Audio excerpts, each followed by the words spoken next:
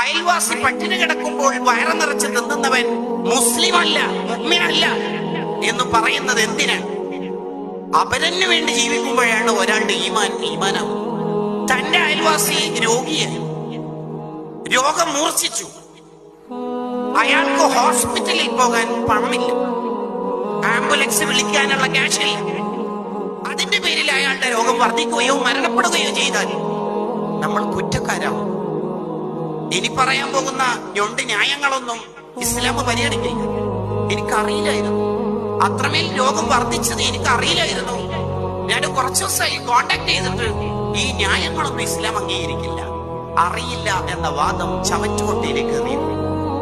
നിന്റെ അയൽവാസിയുടെ രോദനം നീ അറിയില്ലെങ്കിൽ നീ എന്തോ മുഅ്മിൻ, നീ എന്തോ മുസ്ലിം, നിനക്കെന്ത് ഇസ്ലാം? അൽ ഇഫാദ ലിമാ ജാഅ ഫിൽ മർളി വൽ ഇയാദ എന്ന ഗ്രന്ഥം ചോദിക്കുന്നു.